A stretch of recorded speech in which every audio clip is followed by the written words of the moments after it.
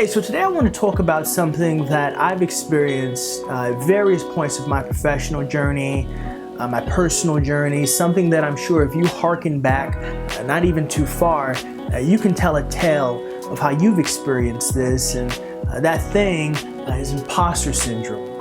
So today I'll not only be talking about imposter syndrome as it shown itself in my life, but also 3 ways in which I've been able to better manage imposter syndrome and in many cases overcome imposter syndrome. So stay tuned. Now, so we're all on the same page. Imposter syndrome is defined in Webster, and I have the definition right in front of me, is a psychological condition. Let's start there.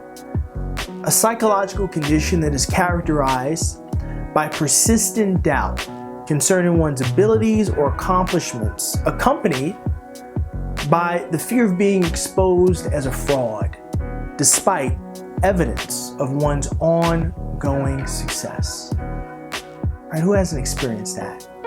Right, as a matter of fact, let's do this. If you've never experienced imposter syndrome in your life, at any point in your life, then I need you to comment below, because we need to connect and I need to be in your life, right? Whatever you're on, I need to be on immediately.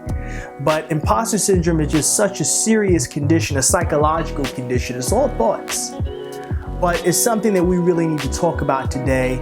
So let's start getting into the solutions. Now, as we just established, imposter syndrome is a psychological condition. It's all in our heads. Now, it can be caused or brought on by external forces, but generally, if we're being honest, it's us during our idle time, dreaming up lose-lose scenarios and feeling the effects of them emotionally as if they were real, right? That's the real trip about imposter syndrome. Now, as I was going on my own journey, as I mentioned, I was faced with it on numerous occasions. I began to think, is there a way for me to anchor my confidence, for me to anchor my self-esteem into something positive, right? Maybe something outside of me to get me through this difficult period, right? Because we know it's just a period of our lives. We'll get through it. So this is something, my first piece of guidance for you is something that I've, at least personally, has never heard talked about in these imposter syndrome conversations, and that is the importance of trusting your sponsors. Now, this particular piece of advice falls under the preventative category, but can also be utilized if you're dealing with imposter syndrome as we speak. Now, in taking a step back, the question of the moment is, well, who are sponsors, right? You're telling us to trust in them. Well, in a workplace context, sponsors are generally people of a higher title, right? Managers, supervisors who really take your liking to you, right? They see something in you. They see your potential. Heck, they might even see a bit of themselves in you, and they really want to work to groom you to become the person they know you can be, right? To really reach that potential. Now, sponsors might be found outside of your organization. They don't have to be there. Sponsors can be found at every walk of your journey, personally and professionally. As a matter of fact, in my own experience, my first sponsor slash mentor was a gentleman named Dr. John F. Dixon. Now, he and I met during my first year of college, and at the time, I was obsessed with finance, particularly trading stocks. It's something I've been doing since the age of 15, but that's another story for another time.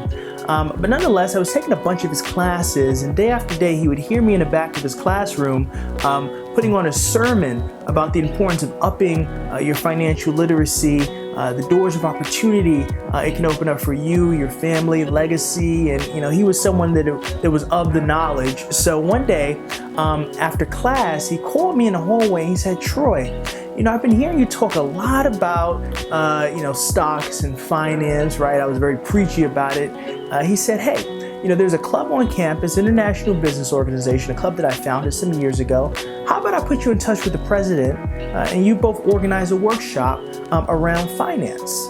And at the time, again, I was 18, and so I was terrified with that offer, right? It's in the microseconds that he produced those lines to me in my head, again, like the definition of imposter syndrome, I was thinking I'd be made a fraud. Who am I at AT to be talking about finance to adults? I'll be run off campus. I'll be embarrassed. I could never go to class again. But again, in those microseconds, as all this fear started to swell within me, all of it stopped because I realized that Dixon saw something in me in that moment, or maybe over those days, that I didn't see in myself. So as I extended my hand to him to ultimately say, "I will," I had to trust in him. right? I had to trust in him and I had to trust in me. And I ended up doing the workshop. And it was my first workshop, and it went over well. And it ended up being the seed that led to all the work that I do now, right? Today I've talked to people all over the country, all over the world, in some cases on finance, but in other cases on managing their staff, career transition, leadership, so many different topics. But again, it started with that seed, it started with that moment, it started with that sponsor, it started with me trusting my sponsor. So in trusting your sponsors as a mental and emotional anchor to combat imposter syndrome, it's so important to keep in mind that most sponsors have a number of mentees, a number of people under their umbrella that they can put in positions, maybe even a position they put you in, but they saw that you'd be perfect for that opportunity, right? They saw that potential in you. Heck, you've earned it. They're just there to open the door. So walk through that door with the utmost confidence. Meditate on the compliments, the kind words, the gestures that they've provided for you, right? Let that be the foundation of your confidence as you present to the world the greatness that is you.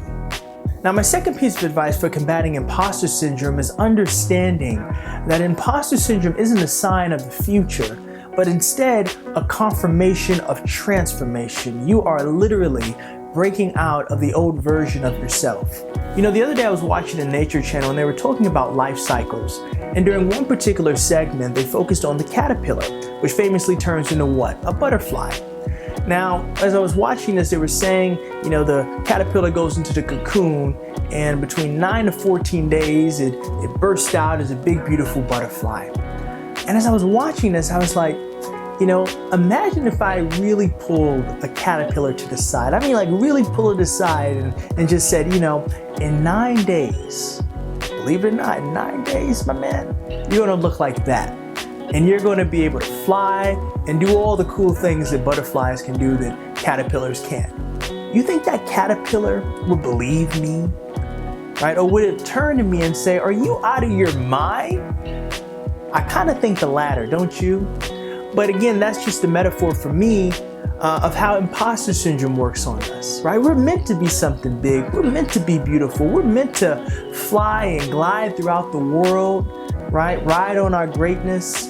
But oftentimes we can't see past who we are right now in the present.